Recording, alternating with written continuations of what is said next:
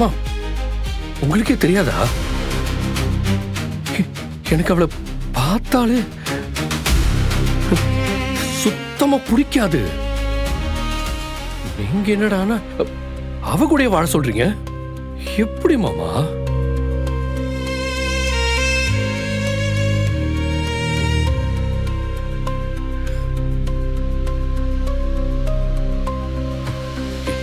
இந்த உலகத்துல கடைசி பொண்ணாவ இருந்தா கூட நான் அவளை கல்யாணம் பண்ண மாட்டேன்.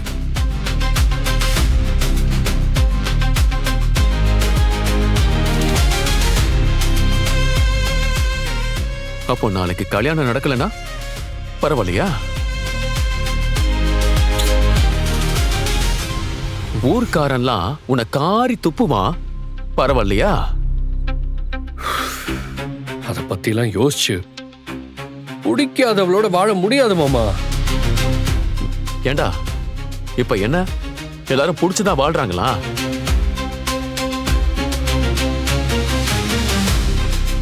மாமா அவ திமிரு பிடிச்சவ.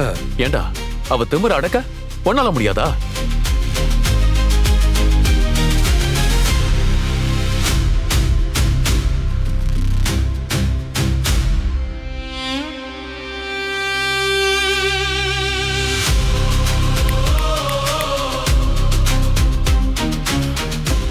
செட் ஆகாது.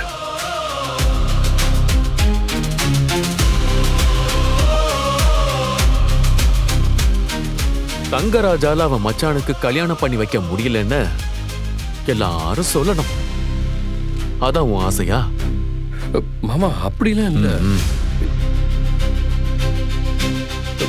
எனக்கு நடக்கிற எல்லா கெடுதலுக்கும் அவதானே மாமா காரணம்.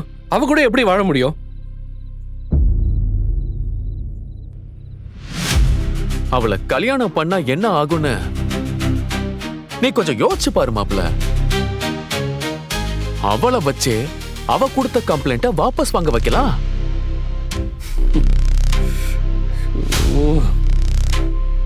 அம்மா அவ வாங்குவான்னு நினைக்கிறீங்களா? ஹஸ்பண்ட் மேல எந்த ஒய்ஃபாவது கம்ப்ளைண்ட் கொடுப்பாளா?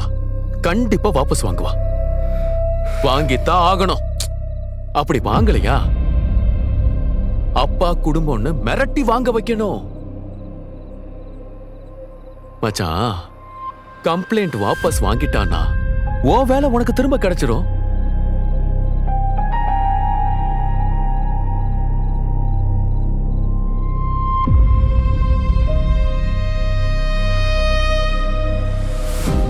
சரி வேலை கிடைச்சிரும். அப்புறம் அவ கூட நான் சந்தோஷமா வாழ்வேனா?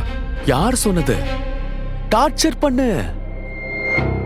இவன் கிட்டயா பிரச்சனை பண்ணுன்னு யோசிச்சு அவளை அளவையே.